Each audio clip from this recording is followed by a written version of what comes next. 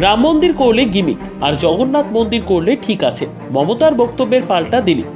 রাজ্যের মুখ্যমন্ত্রী মমতা বন্দ্যোপাধ্যায়ের গঙ্গাসাগর সফর শেষ হতেই মঙ্গলবার একগুচ্ছ কর্মসূচি নিয়ে গঙ্গাসাগরে পৌঁছন মেদিনীপুরের সাংসদ তথা বিজেপির প্রাক্তন রাজ্য সভাপতি দিলীপ ঘোষ। সাগরের বেনুবন ফেরিঘাটে পৌঁছন তিনি। তারপর বিকেলের পর গঙ্গাসাগরে স্বচ্ছ ভারত সেবাদল ক্যাম্প উদ্বোধন করেন।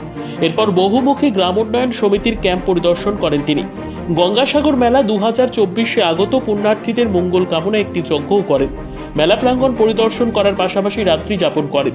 গঙ্গাসাগর মেলার উদ্বোধন করতে এসে কেন্দ্রীয় বঞ্চনার কথা একাধিকবার শোনা গিয়েছিল মুখ্যমন্ত্রী মমতা বন্দ্যোপাধ্যায়ের গলায়।